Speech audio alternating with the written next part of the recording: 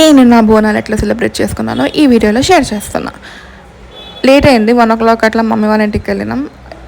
Joint family కాబట్టి పూజ మాత్రం డిఫరెంట్గా చేసుకుంటాం, కానీ ఫుడ్ మాత్రం ఒక దగ్గర తింటాము. లేట్ అయిపోయింది కాబట్టి టెంపుల్ దగ్గర ఫుల్ రష్ అవ్వదు వెళ్ళడం అని అనుకున్నా. దాని తర్వాత పోచమ్మ టెంపుల్కి వెళ్ళేసి మొక్కేసి వచ్చినాం. ఎట్లయినా రాత్రి మా అంకల్ టెంపుల్కి ఎట్లయినా వెళ్తాం కాబట్టి అది లైట్ తీసేసుకున్నా. లైట్ వెళ్దాంలే తర్వాత నైట్ అని అనుకున్నా. దాని తర్వాత ఇంటికి వచ్చేసరికి ఫుడ్ అంతా రెడీ అయిపోయింది. 2 యాటలు కోసినాం, చికెన్, ఫిష్ మంచిగా వండేసినాను అనమాట. కానీ ఎంత వండినా ఏం ప్రయోజనం, నేను మాత్రం వెజ్, ఏం చేస్తాం కర్మ.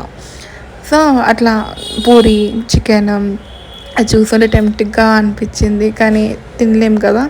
It's okay. వెజ్తోనే ఇది చేసిన. వెజ్లో ఆలు కర్రీ, సాంబార్, రాయితా ఉండే అండ్ స్వీట్కి వచ్చేసి డబల్ కా మీఠా. మస్తు టేస్ట్ ఉండే. అండ్ అందరం కలిసి పండుగ చేసుకోవడం అది ఇంకా హ్యాపీనెస్ కదా. చాలా అంటే చాలా హ్యాపీ అనిపించింది.